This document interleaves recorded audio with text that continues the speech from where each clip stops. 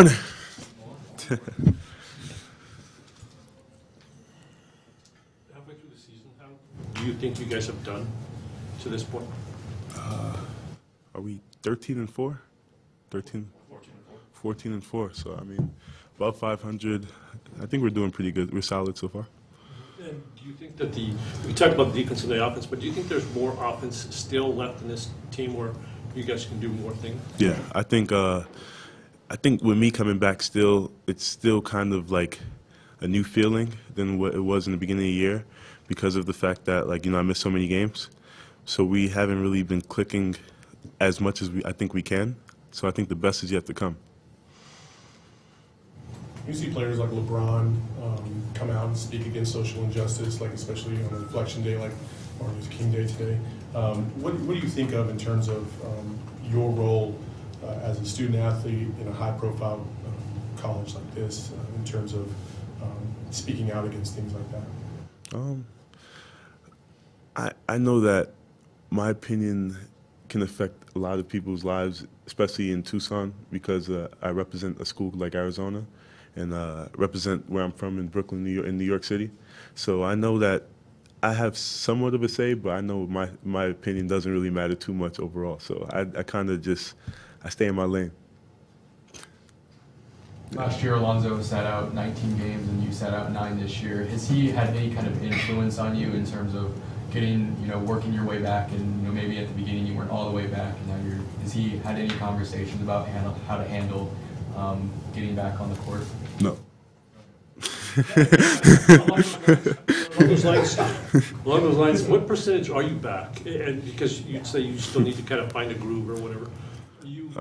No, when I said find the groove, I meant team-wise, because we were so used to in the beginning of the year knowing who was going to take the shot every possession. It was either going to be Alonzo or DeAndre. We knew that, and now with me coming back, it's probably one of us three.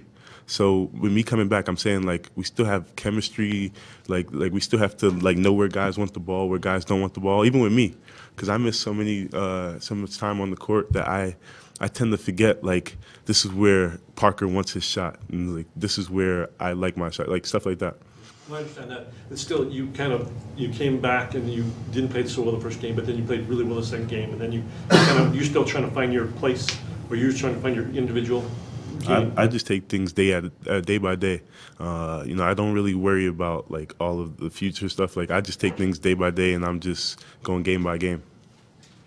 Talk about the chemistry adjusting with the team during practice. What are those conversations like between the players? Like you just brought up, so and so wants the ball here, etc. What are those conversations like? It depends on the person. I think that if you're going examples, for example, DeAndre Ayton. If he's posted up, he wants the ball in the middle where he can operate the best, and that's his best chance of scoring. Lonzo, he likes the isolation game. Parker Jackson Cartwright, he likes the drive and kick. Everyone, everyone has tendencies, and it's just knowing what guys want to do. What about you? I mean, it depends for me. I'm a little bit of everything, in my opinion. You mentioned comfortable. I mean, you said the other night after the dunk that you had so much adrenaline that you didn't even worry about it. I mean, are you to the point now where, especially now that you come off of that and was pretty confident, health-wise? I mean, at this point, is the foot not even something you think about, or what I mean? I mean, do you feel like you're back 100% physically? No, I mean, when I was deciding on which game to come back or not, it was on how well I feel like I can jump off the right leg, my broken foot. So if we were going to try the Texas A&M game, but then I wasn't too confident. So I told them, let's just wait one more week. And then it's crazy what a week can do. In 1 week, one more week, I felt like I was comfortable with the leg. In terms of the total picture, are you where you thought you would be right now? No, to be honest, I'm a high expectation guy, and I think that I can do a lot more for the team to help us win and help us become a better team. I think I can rebound a lot better, and I need to stop turning over the ball. That's something I've been doing. That's something I know better than the jump passes and all that stuff. But sometimes the game feels fast for me, sometimes the game feels slow. So that's just an adjustment that I have to make for myself. What's from a player standpoint? We always see Bill Walton go over and talk to players. We know about him on TV. What's a conversation like with Bill Walton? I don't know if you have one with him. Bill Walton's a great guy. I think that he's probably the best analyzer that I've seen. You know, I actually turned back to go watch the games just to hear him speak. He's a funny guy, and you know, he speaks with so much energy and so much passion that I think that he actually loves his job. Like, some guys just do it just to do it. He actually loves it. You know, he doesn't need the money. He already established. He's happy, but I think he just does it just because he loves the game. What's like a conversation that you've had with him, or something that kind of stuck out with you, kind of like a one-on-one? Nothing. There's nothing that, like, on the top of my head that I could think of right now. Like, so if he talks, sometimes you catch the guys when you're warming up before the game. Though, Yeah. like, is it just like have a good game, or does he say anything like? It depends on the person. Some guys, you know, he'll talk to them about like what to say on TV, because he doesn't know everyone, so he still has to get to know some of the guys, know about them. Yeah. Up in Utah, he was walking out and he said you played like a champion today as he was walking out.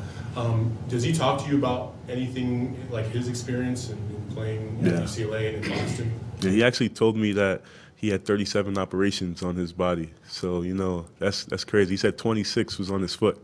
So, you know, to hear that and to see what I'm going through, I can't really be upset. I don't know if you're a big routine guy, but I was wondering, you didn't have any of these like 2-day breaks between games on the road last year, but you have one this week. I don't know. Do you think that would matter to you, or any of your guys, as far as like, you know, what do you do with that extra day, or is that a good thing? I mean, do you find sometimes on the road that's too quick a turnaround to play? Not really. 48 hours. Not really, especially for me, since I've missed so much time in basketball. I'm eager and I'm anxious to get back on the court every day. Well, so if you have an extra day this week, like, what do you anticipate? Or I don't know if you guys have had a chance to discuss the week or whatever. You know, do you get extra time to work on individual stuff, or more time to just relax, or study tables, or what do you? Yeah, on the day off, it's either you can do whatever you want. You can really do whatever you want. Some guys can go and get extra shots. Some guys can use it to rest their bodies, and some guys can just relax. Yeah. Anything else for Robert? Thanks, Ron. Thank you. All right, guys.